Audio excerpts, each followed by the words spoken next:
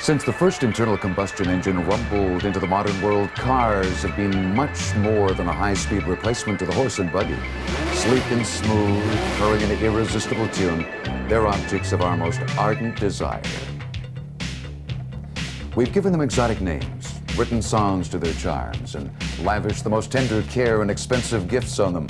And every spring brings more than a touch of feverish anticipation for the newest models on the scene, the most attractive, the fastest. While many of us go on dreaming of speed and action, a rare breed takes the car from the street to the circuit, from showroom to showdown. These are the outlaws of the race world. Their cars, sweet rebel racers. On the racetrack, there are no followers, just leaders. Individuals who grab a piece of something intense and incredible every time they grab the steering wheel. This white-knuckle, white-line frenzy is known as stock car racing.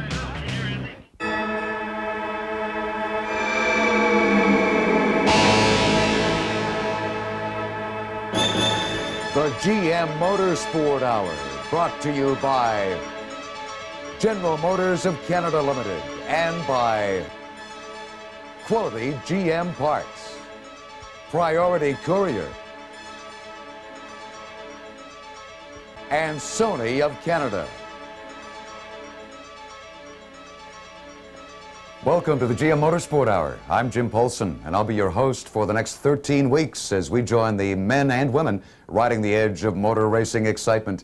From Mostport to Toronto to San Air, we'll put you trackside at some of North America's most challenging circuits for two of the sport's most prominent series, the GM Motorsport National Stock Car Series and the Players Limited GM Motorsport Series. We'll also capture the red line excitement of drag racing and a lot of related automotive events. So buckle up and hold on tight. Since production automobiles first rolled off the line, there's been an interest in putting the family sedan on the racetrack. Throughout the early part of the century, attempts to race slightly modified production cars and stripped roadsters had little success. Then in 1936, a race billed as the National Championship Stock Car Beach Road Race was held at a little circuit in Florida, a place called Daytona Beach. In that race, a young mechanic named Bill France came in fifth. 12 years later, together with other stock car enthusiasts, France formed the National Association for Stock Car Racing, NASCAR. His first objective was to move stock car racing from the sand and road Daytona Beach circuit to a paved track. Beginning in 1950, with the opening of Darlington, South Carolina's challenging 1¼ mile banked oval, tracks started springing up throughout the southern U.S.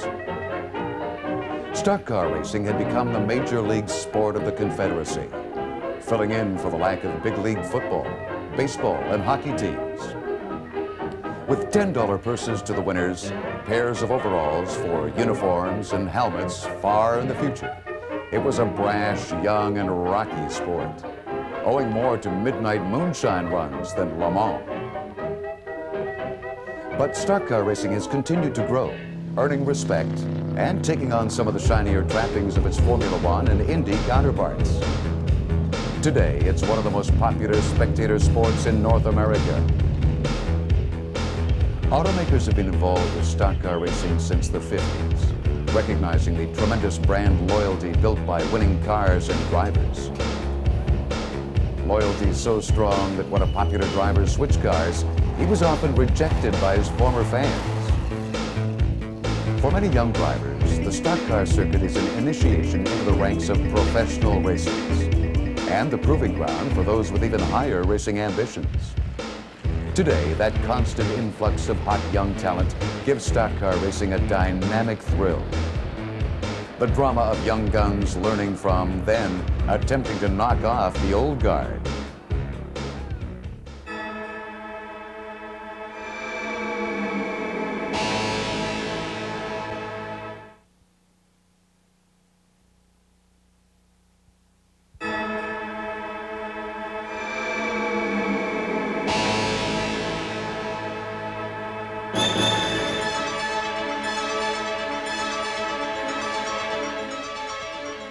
Players Limited GM Motorsport Series and the GM Motorsport National Stock Car Series are two highly regarded examples of premier stock car action. Two series with roots in the same tradition, but with very different profiles. The Players Limited GM Series. Together, GM and co-sponsors Players Limited make a winning team. Players Limited has been involved in motorsport in Canada since Mostport opened back in 1961. And General Motors has been a supporter of stock car racing from way back. In 1986, GM decided the best way to showcase the performance of their Firebird and Camaro models was to put them on the track in what's called showroom stock. By racing these production models under demanding stress, GM attracts an admiring public while giving racers a prestigious entry-level series. In its second year, the series expanded to include a Western segment, and it has continued to grow in both stature and status, appearing at virtually every major international event in Canada, including such top draws as Toronto's Molson Indy and the Canadian Grand Prix. Then, just last year, GM developed the National Stock Car Series as a major Canadian racing championship. Known as late models, the cars in this high-profile stock car series visit a variety of tracks from Ontario to Quebec and the Maritimes. Already the series has more than tripled its season-end point fund, the prize money awarded to the top 20 drivers in the final standings. With more than $500,000 in total prize money this year, it's the richest stock car championship in Canada. With substantial purses and aggressive competition, both series have attracted skilled drivers and major sponsor support. They've also attracted tremendous fan interest. And we'll be bringing you the excitement all season long. Here's a quick look at the races we'll visit in the next few weeks.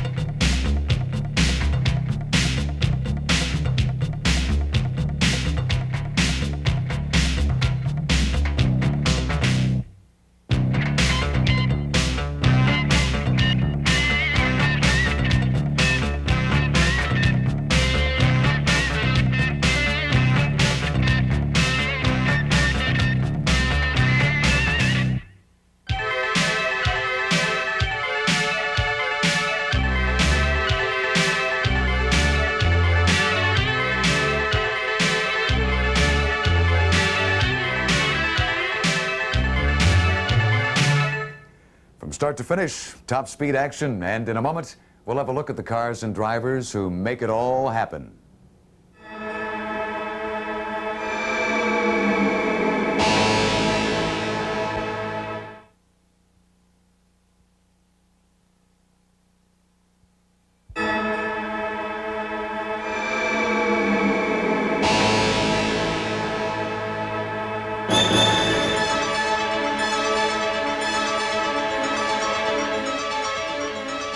Stock car racing originally meant just that, stock, off the production line. But a lot of the early races were run on horse race tracks, cornfields and mud flats, and heavy-duty shocks and springs quickly became necessary.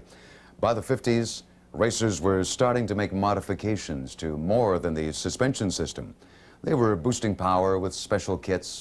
Of course, these kits were outlawed for a while, but the car makers caught on to ways of beating the system, offering special race enhancements as production options. Now, gradually, the rules changed to reflect those changing times. Through the 60s, modifications increased, inside and out, with big spoilers and wings giving the cars some space-age muscle. And by the 70s, stock no longer meant stock. The Players Limited GM Series and the National Stock Car Series gives us a perspective on two different schools of stock car thought. From the original down-home philosophy of street stock to the high-tech, highly modified modern tradition. Now, in both series, General Motors' product is put to the test in a sport where agility, power, reliability, and responsive handling are essential. but the similarities end there. This is showroom stock racing, sweet and street legal. Aside from a few minor safety modifications such as fire extinguishers and roll cages, the cars burning up these tracks are the same machines that roll off the assembly line and onto the street. Motown muscle you might find beside you at a stoplight, growling a deep-throated rumble of barely restrained power. You might even own one. The Firebird and the Camaro have been two of GM's most popular performance cars for almost 25 years. No strangers to the racetrack. These fleet machines have earned a place in the winner's circle time and again. Until this year, the Firebird Trans Ams, Camaro Z28s, and IROC Zs racing in the series had to be licensed for street use. You can imagine the insurance rates. In order to defray some of the high costs, series organizers have dropped that regulation, but kept the philosophy. The cars must be kept true to the manufacturer's design intent, as delivered, with any modifications kept within the manufacturer's tolerances. The strict guidelines cover everything from tires to air filters, and scrutineers keep an eye on each detail, right down to ensuring that ignition timing is kept within tight specs. In the National Stock Car Series, the cars might look like those you'll find at your local GM dealer. But hiding under these hoods is a 4-barrel, 500-horse powerhouse designed to push the light tube frame fiberglass-bodied car to speeds of more than 280 kilometers an hour. And while the similar but less expensive late-model Sportsman class requires heavier stock front ends, these cars are outfitted with total tubular construction and manufactured racing parts. With $60,000 worth of high-tech, high-performance sweetening, these full-blown late models have more in common with an Indy or Formula racer than a street machine. As in the Players Limited GM series, regulations restrict such things as weight and dimensions, but individual setup is left largely up to the team. While the Players Limited GM series is run on a mix of road and oval courses, the National Stock Car Series is strictly ovals. And while only 2 models race in the showroom stock class, this series showcases a number of models. Most are GM lookalikes, cars modeled on Buick LeSabres and Regals, Chevrolet Camaros and Luminas, Oldsmobile Delta 88s and Cutlass Sierras, and Pontiac Firebirds and Grand Prix. Then there are a few competitors like Ford and Dodge, giving the series the true edge of corporate competition.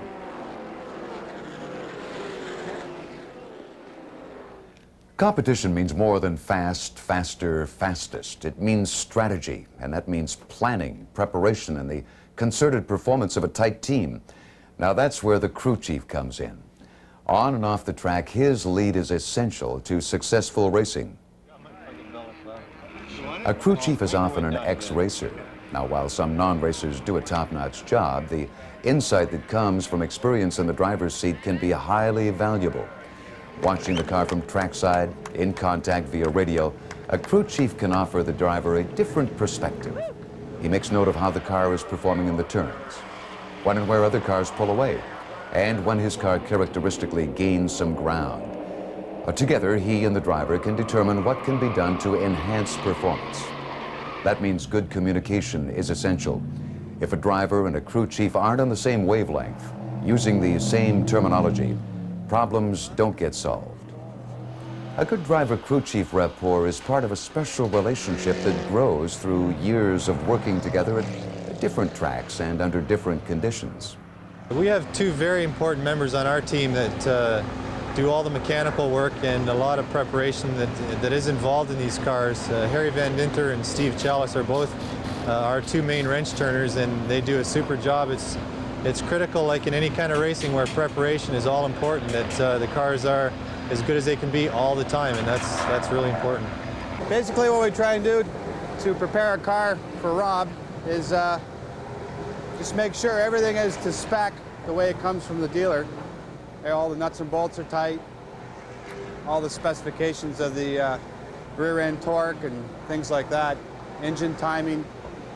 And then when we get to the track, we try to adjust the alignment and tire pressures to the way Rob likes it on the track, whether he likes it to oversteer a little bit or understeer. The cars that we're racing are basically as you would buy them from the showroom, and there's very little changes except for the safety equipment that we add, the roll cage, the seat belts, and some minor things like shaved tires, which we use on the racetrack, which you couldn't use on the street. But basically, they're as you would buy them from the showroom. The cars are so even because the GM Motorsport Series has sealed engines, and there really isn't a whole lot you can do with them. It takes a creative person and a real thinker to stay on top of every little thing. You know, if you can get an extra horsepower here and there from some small detail that other teams may overlook, you've got a fantastic advantage. The sealed engine keeps racing affordable. You know, once you open the engine, it's the best engine builder wins the race. Players is geared as a driver's series, so we keep the engine sealed. That keeps costs down. That promotes proper cornering, entering the corner properly and carrying as much exit speed out of the corner. Suspension is open, and suspension is very important. Setup is very important to a front-running team. The crew chief can warn me of incidents that have happened that I may not have seen before by the radios that we use. But really, he's just maintaining a gap. If I'm catching somebody, he can let me know what the gap is increasing or decreasing by, laps left in the race. It just allows me to concentrate more on the driving and not be looking for signs and signals outside of the car. In the National Stock Car Series, the crew chief is also responsible for the exquisite choreography of pit action. Racing on ovals, the outside tires wear out fastest, and these are the ones that usually get changed. One side of the car is jacked up, while the pit crew furiously attacks the 5 lug nuts on each wheel, then replaces the heavy wheel with another. While that's happening, another crew member hoists the heavy gas can and tops up the tank. A fast pit crew can change a couple of tires and gas up in about 26 seconds. Now, during that 26 seconds, the driver has a lot on his mind. Maybe a quick consultation with your pit chief, a fast drink. Got to keep the car ready and first and the revs up so the engine doesn't choke. And a foot on the brakes so the wheels don't turn while the crew's changing them. Time's up, and it's back on the track. Pit timing is a strategy all its own and can make the difference between winning and losing. Now, in rare cases, pits can be avoided altogether. Oh, crew chief is pretty critical. All drivers need somebody to relate to. It's their only link with somebody that's a world of their own when they're out there. And if he's got a problem with the car, it's nice to have somebody to discuss it with to help sort it out. I'm on the radio, I spot for him, I give him his lap times, tell him where he's losing it in the corners. He radios back if the car is loose or pushing. We know what we have to do in the next pit stop to make a change in the race car. Before the race, the crew chief is responsible for a smooth setup. He ensures replacement tires are ready and that they're the right ones. He calculates fuel mileage for the course and acts as coordinator, making sure everyone's in place, doing their assigned job. At every race, at every track. And in a moment, we'll have a look at what makes a successful track as we take a Priority Courier up-close look at 30 years of Mostport racing.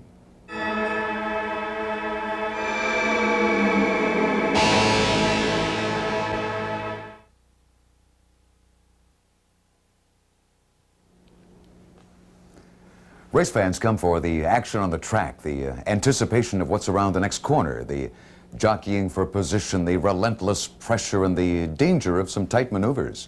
You know, that same type of action goes on behind the scenes with the careful planning of the sanctioning body and the teams, the heavy competition for sponsor dollars and team backing. Now, the pressure to perform well enough to justify that backing, all the maneuvers for that necessary money. All the drivers, from the amateurs who race for the thrill to the committed pros for whom it's a career, all love the sport. They have to with the expense involved. The startup costs in late model series can be as high as $100,000 just for a car and a trailer. In showroom stock, you've got at least $25,000 for your car. Then there are legal fees, insurance, promotion, travel costs, crew salaries. In fact, if your crew isn't made up of volunteers. all the administrative expenses of running a business, not to mention parts and tires. Now, the more money you've got for these necessities, the more testing you can do, and the better your chances of winning. Sponsorship fuels the sport, covering the costs for teams and allowing them to devote themselves to the task at hand, racing. So young drivers do their best to attract the attention of potential sponsors, knocking on doors, sending earnest letters and portfolios of winning stats, and doing their damnedest to get noticed on the track. Once a driver has sponsorship, part of the pressure's off, but there's the added pressure to do well to keep your sponsor. While established pros can demand longer terms, contracts for rookie drivers may only be a year long. Then there's the winnings. For a long time, motorsport was kept solvent by philanthropists who made up the difference between expenses and the earnings of ticket sales. Well, of course, with the advent of televised races and the sponsors they attracted, purses have grown, in turn drawing more interest. The belief and commitment of series sponsors has become essential to the sport. What we learn on the track, we use, through the regular work process in the development and eventual production and eventual sale of our products. For instance, the Luminants are in the National Stock Car Series, the Firebirds, Camaros, which are in the Players Limited Series. I mean, those are cars that are readily available in the showrooms of General Motors dealers across Canada. And there's an old saying that goes, hey, well, you race them on Sunday and sell them on Monday. And there's some truth to that. There really is. And besides that, motorsports, racing series, they're enthusiastic things. People like them. And there's a great deal of fan support across Canada. So General Motors is very, very pleased to be involved in motorsports. Since 1986, we've been involved in the Players Limited GM Motorsport Series for Camaros and Firebirds. We're going into our second year now in the involvement in the GM National Stock Car Series. That puts us both sides of the motorsport fence in Canada in two of the most important series. We think it's very important, since the markets are different between road racing and stock car racing, that we should have a presence in both areas.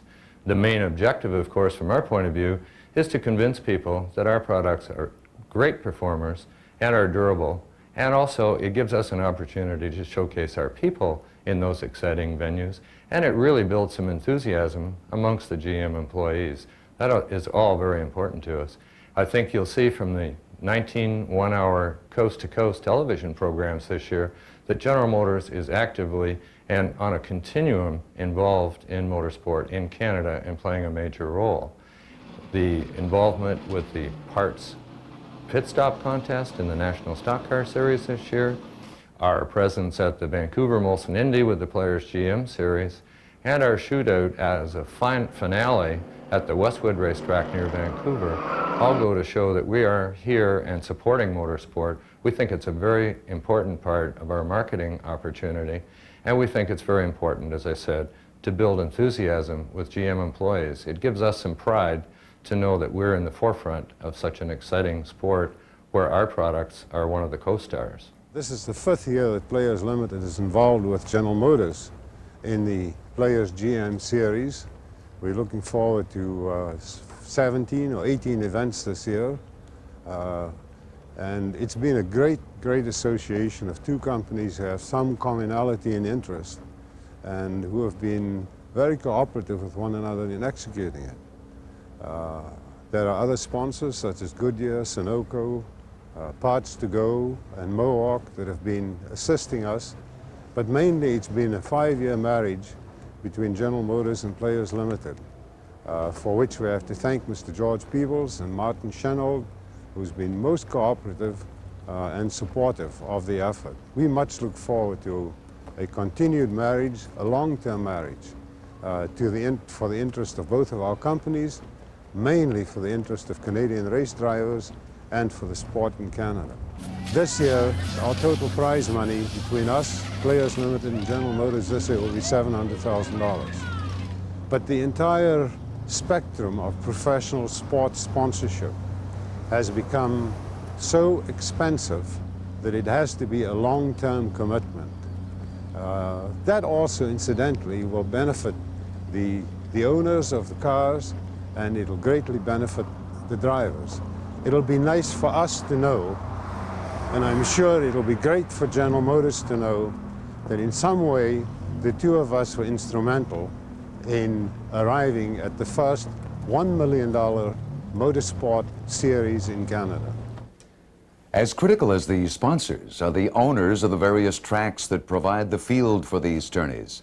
That's the subject of this week's Priority Courier Up Close. Our man in the field, Michael Charbon, talks to Harvey Hudis, owner of Ontario's Mostport racecourse.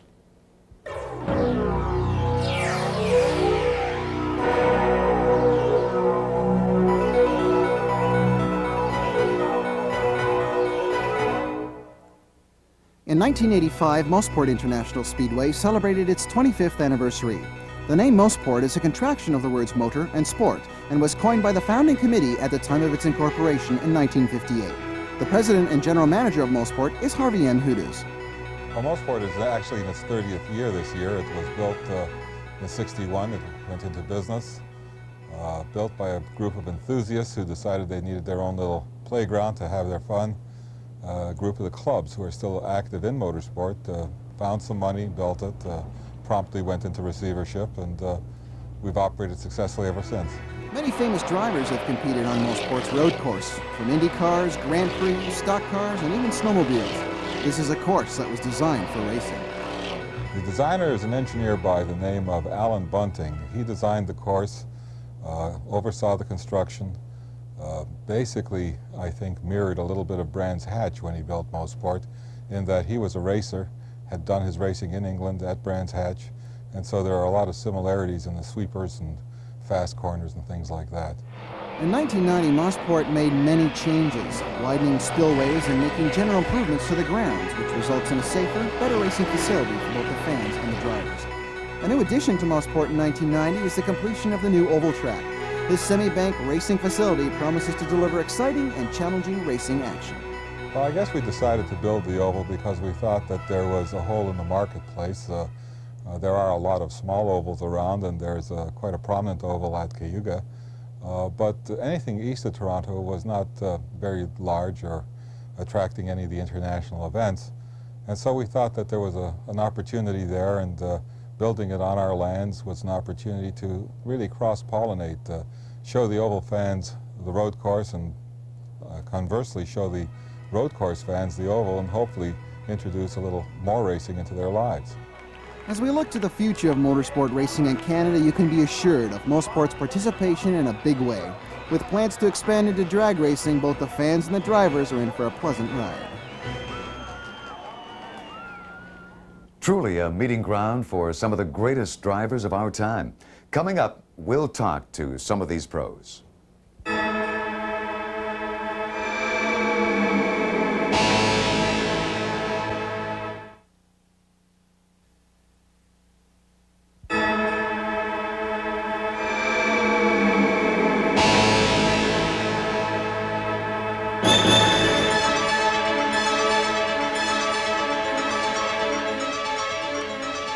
For a lot of us, fascination with cars starts long before we're old enough to drive, but few of us do more than pretend.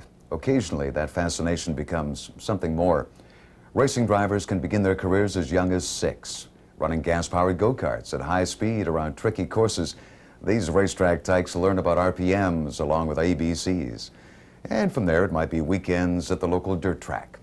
Once they've reached their teens, or maybe dirt bike racing, some eventually switch to open-wheeled sprint cars or the smaller midget vehicles, and others make the move to showroom stock and late-model stock car racing. By the time a driver makes the big leagues in his early 20s, he might feel like a seasoned veteran, but there's still a lot to learn. Every series brings new challenges, and the drivers have to adapt, build their knowledge, and basically work their bumpers off. Actually, we had a chance to chat with some of these skilled sportsmen, the leaders, the legends, and the latest contenders. Burlington, Ontario native Ken Wilden was the 1989 Rookie of the Year, finishing 6th in the overall Players GM Series. In his number 17 Tide Chevrolet Camaro, Ken is prepared for the challenge of the 1990 season. Well, I think the series is going to be bigger than last year. I think the races, you know, we're going out to Vancouver this year, to the Vancouver Indy. I think that's an added bonus for all of us. I think it's going to be real competitive, it's going to be exciting, and we're looking to be up in the front for sure. Willowdale, Ontario native Robin Buck in his number 34 Pontiac Firebird claimed $25,000 in 1989, taking first place in the inaugural Players GM Motorsports East-West Shootout. Well, we got the Pringle sponsorship last year, so we were able to form our own team, and it worked very, very well for us, and now we're continuing into our second year with them. As a team last year, we grew a lot. We learned a lot of the inner workings of how to run a race car properly. We had a few teething problems in the beginning, but towards the end of the 89 season, we did very well. In fact, we won the last 3 events, so I think, you know, we got that sort of thing sorted out. For 90, things look okay. You know, the first race stuff is always the first race stuff. You forget this, you forget that, or you remember, oh, at the last minute, yes, we got to do this and that. But I think, you know, as a whole, we've got a very good chance this year. One of the young lions on the Players GM Series is another Willowdale, Ontario native, David Empringham. Driving his number 45 Chevrolet Camaro, he finished an impressive 1989 season. Well, I may be a little young compared to some of the seasoned veterans like Richard and Robin Buck, but someone's got to give them a run for their money, and I'm trying to make this a career, and I actually feel very comfortable racing against them now. So we're going to give it a good shot this year. Mississauga, Ontario native Rob Fellows, who in 1990 will be driving his number 2 Chevrolet Camaro, will try to duplicate his brother's 1989 Series championship.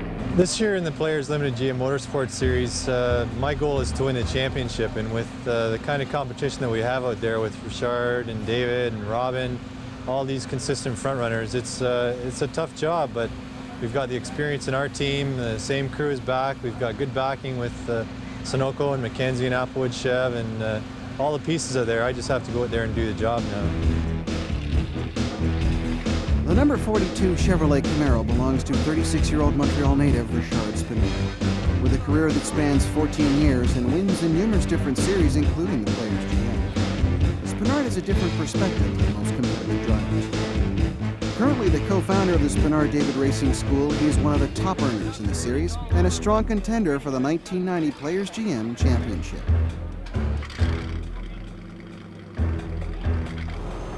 Well, I think it's going to be as competitive as ever been. Ken Weldon will be very, very strong. David Empringham will be stronger. Rob Fellow, Robin Buck.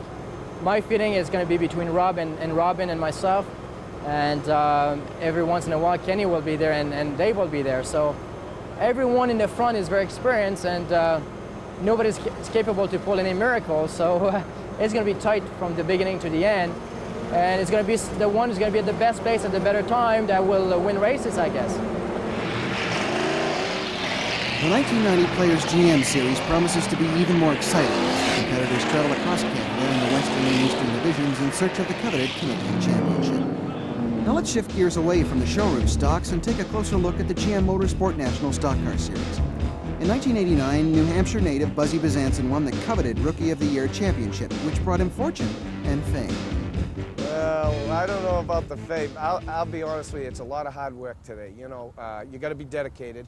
You got to love racing, because just the miles you put on traveling around on this tour, but you got to love it. If you like that and like going, my feeling with this tour is I like going to different racetracks. It's a challenge to go to a track that you've never even seen before and then come out of there at the end of the day and say, we ran pretty good, you know, and we've never even been there. So a racer getting in today at 18 years old, he'll be aggressive. He'll be able to, you know, hit the road and put the miles on. And as far as the broads and the fame and all that, you'll burn yourself out, because you got to go to bed at night if you're going to come here and beat guys like Russ Earl and Robbie Crouch, you know, guys like that. You got to be ready.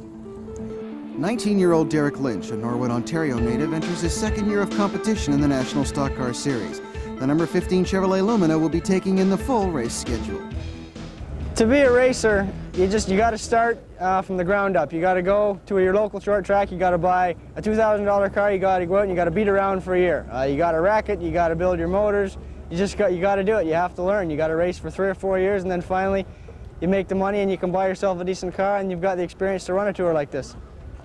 Rookie driver Robbie Thompson from Owen Sound, Ontario, enters the number 9 Buick Regal in the National Stock Car Series for the first time. He will be competing against some formidable veteran contenders. I got to make sure I don't go out and a young kid can't get himself a bad name. I want to run and run as best we can without getting in their way. If I see Erlen or Cabana or Crouch, anybody coming, I got to get out of the way and let them race, and I got to beat my rookie competitors if I had all I can. In the first year of the National Stock Car Series, London, Ontario's Russ Erlen grabbed the spotlight, taking home the series title. But he's no stranger to winning. The year before, in his first year in the overall American-Canadian Coors Tour competition, he was the outstanding rookie, holding the record 4 top 10 wins in the series. Then in '89, with the taste of his National Stock Car Series victory still sweet, he came out on top in the overall American-Canadian Tour, the first Canadian to win the coveted International Championship. 1990, I'd like to do exactly what I did last year, and if I come anywhere close, I'll sure be happy, but I'd like to be the champion again, both in General Motors Motorsports and in ACT. Well, this is a brand new 1990 car from Ray Dillon Enterprises in North Liberty, Indiana. It's a new 4-link independent rear suspension car, and there's only 2 in the whole world that are like it. I'm not sure I'm 100% set on it yet. It steers the car from the rear rather than the front. But once I get used to it, I think it'll be real fast. With prep in go-karts and a major in the highly competitive NASCAR North Coors Tour and a minor in the Players Limited GM Motorsport Series, Randy McDonald has graduated to a successful position in the race world, racing in 3 different series in 1989. In addition to numerous racing honors, he holds a Bachelor of Science degree in Mechanical Engineering. Keep an eye on this Oshawa, Ontario native as he sets his sights on this year's National Stock Car Series Championship. 5-time American-Canadian Tour champion Robbie Crouch from Georgia, Vermont returns in 1990 to a full calendar of competition. Well, 1988 was the last full season that I ran, and of course we had a great season that year. I won 10 or 11 races and won the ACT championship. So last year I took some time off and devoted my time to business and leisure, and now I'm back. So we're looking forward to this year. We're going to run the whole series, and we want to come away with another championship, obviously, but the most important thing to us is that we get a good foundation for the future now. We got a good young team, got a lot of talent, but a little rough around the edges, and you know, we need to get them seasoned, and we need a little more money behind us, and then we'll have a strong team from now on, I think. The National Stock Car Series has an international driver roster. Competition between Canadian and American professional stock car teams is a credit to the competitors' sportsmanship and our 2 great nations. In a moment, we'll put your racing knowledge to the test with some tough trivia.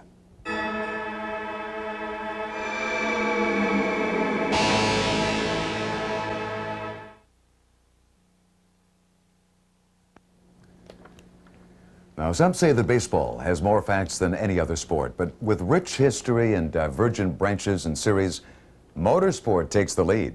Let's test your motorsport memory with the first GM Motorsport Racing Trivia.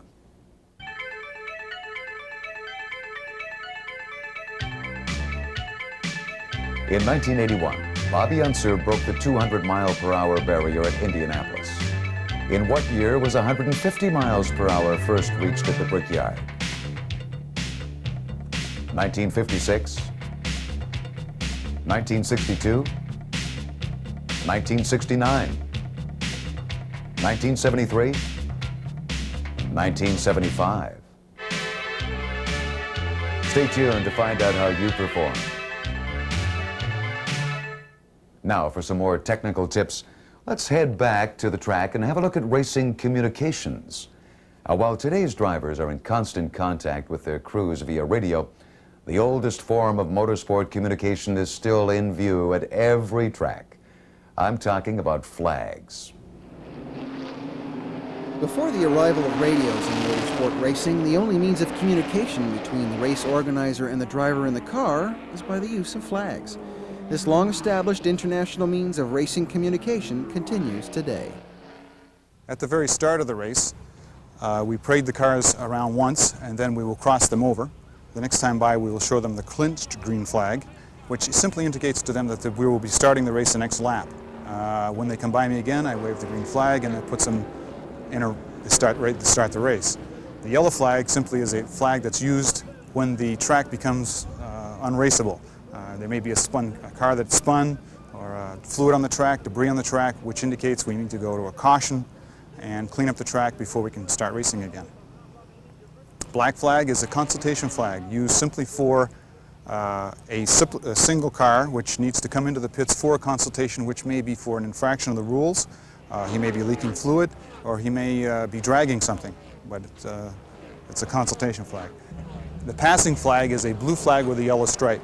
It's displayed to the slow-moving traffic, which indicates they should move to the inside of the track and allow the fast-moving race cars to go by. The red flag signifies to the drivers that they should stop right on the racetrack where they are. It's used in conjunction with the yellow flag, and it usually indicates there's been a very bad accident, there is a fire, or there is a need to get the safety and the emergency equipment out on the track real quickly. The white flag is displayed for the leader when he begins his final lap, and that indicates to the rest of the field that the leader has begun his final lap, and the checkered flag means that the leader of the race has completed the distance. My favorite flag is the checkered flag. That means we've done all the preliminary, we've done all the lining up, we've gone through the whole race, we've got fed the fans their show, and the day is over with. Today, with the demands for split-second timing, will the arrival of the computer and the electronic age signal the end of the era of the flag? In stock car racing, winning means more than crossing the finish line first. When NASCAR was formed, Bill France developed a standing system different from any other in use at the time. Points are awarded for everything from fast lap times in qualifying to leading a lap in a race. In the Players Limited GM Series, race winners score 100 points and progressively lower scores for the next 28 finishers. The National Stock Car Series awards points on a similar basis, although amounts vary. What it adds up to is ongoing, fierce, close competition, whether you're in first place or not. Consistent performance becomes the key to taking the series title. In addition to prize money awarded throughout the season, the top point earners share in the point fund at the close of the year. A top winner can earn more than $70,000 during the Players Limited GM Motorsport season, even more in the National Stock Car Series. The point fund is administered by the respective series sanctioning bodies. Like the NFL or the NHL, racing sanctioning bodies organize different series and govern the rules and regulations. From such details as car specifications to rules ensuring a neat and clean appearance by drivers, sanctioning bodies are responsible for fairness, exciting races, and the series' high profile. The series director for the Players Limited GM Motorsports Series is Alan Chapman. He is the man at the helm, so to speak, organizing and supervising the series for the sponsors and the teams. And Wilson Indy, have a good weekend. Over the last few years, the Players GM Motorsport Series has evolved into probably the most exciting grassroots professional racing series in the world. The evolution is made up of a number of various influences. The evolution of the automobiles would be the first. The Players GM cars now consist of there are only two parts of the car that are not on a production vehicle. GM has taken the engineering lessons that it's learned from a high-performance point of view and applied them directly to the production car, so much so now that the only things that are in the car or in the race cars that are not in the production vehicle are the engine seals and a slightly different power steering pump. From an organizational point of view, the series has evolved in that we've learned how to develop drivers much better. We've learned how to make Canadian drivers aware of their own capabilities. We've learned how to bring officials along and teach them what it's really like at the professional racing levels in such a way that has never been seen before in Canada. In the National Stock Car Series, a sanctioning body is headed by Tom Curley, president of ACT, the American Canadian Tour. ACT was designed 5 years ago to try to organize, promote, and basically set up scheduling and a common set of rules and race procedures to run late model races throughout New England and most of Canada. As a sanctioning body, we basically represent GM Canada as far as the national series goes up here for 10 races in Canada. And then we have another group of 10 races down in the States that we represent on behalf of some other sponsors. And a sanctioning body is basically the overseer of anywhere from 30 to 40, 45 race teams and try to keep them all aimed in the same direction. As every ship needs a captain, a racing series needs a sanctioning body. Both the Players GM and the National Stock Car Series require year-round staff and hundreds of volunteers. We'll see if you came up with the winning answer to our trivia quiz when we return with the GM Motorsport Hour.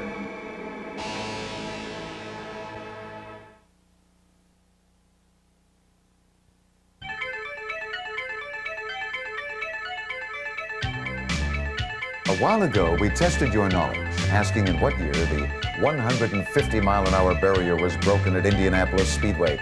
Was it 1956, 1962, 1969, 1973, 1975? That year in trials, Parnelli Jones reached a blistering 150.37 miles an hour, or 241.945 kilometers an hour. If you said 1962, you've got it.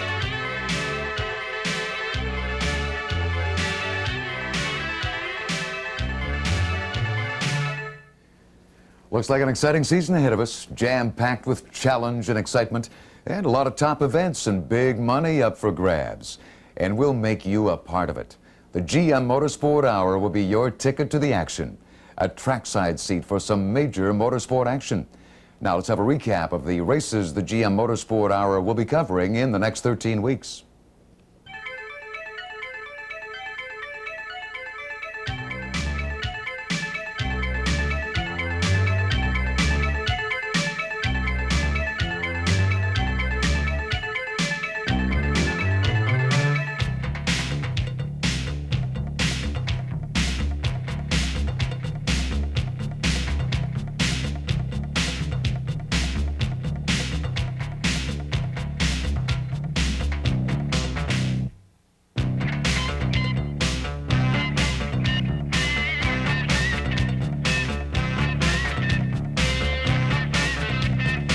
Well, we look forward to having you join us for all the excitement. Next week, from 1989, the GM Motorsport National Stock Car Series finale. It was its premiere year. It was exciting.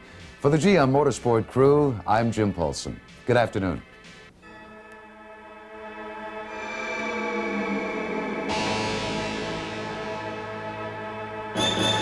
The GM Motorsport Hour, brought to you by General Motors of Canada Limited and by Quality GM Parts, Priority Courier,